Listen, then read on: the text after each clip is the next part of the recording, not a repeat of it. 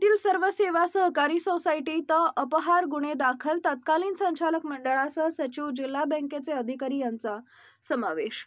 कडेगाव तालुक्यातील पाडळी येथील सर्व सेवा सोसायटीमध्ये महात्मा फुले कर्जमाफी योजनेसह प्रशासकीय मान्यतेशिवाय केलेला जमा खर्च, नियमबाह्य कर्ज, शासकीय अर्थसहाय्य रकमेतून केलेला अपहार, कर्ज वाटपातील अपहार याबाबतचा अहवाल विशेष लेखापरीक्षकांनी सादर केल्यानंतर दोषींवर गुन्हे दाखल करून पुढील कार्यवाही करण्याचे आदेश कडेगावचे सहाय्यक निबंधक विजय गोंदकर यांनी दिले होते। त्यानुसार तत्कालीन संचालक मंडळासह सचिव तसेच जिल्हा बँकेचे अधिकारी अशा 18 जणांवर चिंचणी वांगी पोलिसात गुन्हे दाखल करण्यात आले। जानेवारी 2022 मध्ये पाडळी येथील शंकर चव्हाण यांच्यासह काही सभासदांनी सोसायटीमध्ये अपहार झाल्याची तक्रार कडेगाव येथील सहाय्यक निबंधक यांच्याकडे केली होती।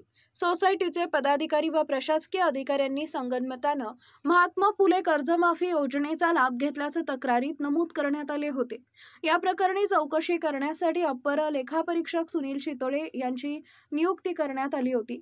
शितोळे यांनी काही दिवसांपूर्वी या प्रकरणाची चौकशी करून अहवाल सादर केलाय।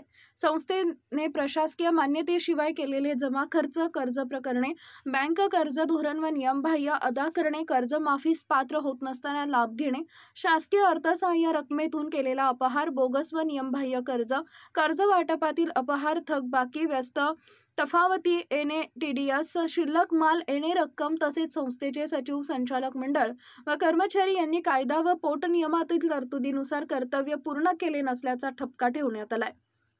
संस्थेचे तत्कालीन अध्यक्ष आनंदा पवार यांच्यासह तत्कालीन सर्व संचालक, सचिव तसेच जिल्हा बँकेचे अधिकारी अशा 18 जणांविरोधात चिंचणी वांगी पोलिसात फसवणुकीसह अन्य कलमांतर्गत गुन्हे दाखल करण्यात आले।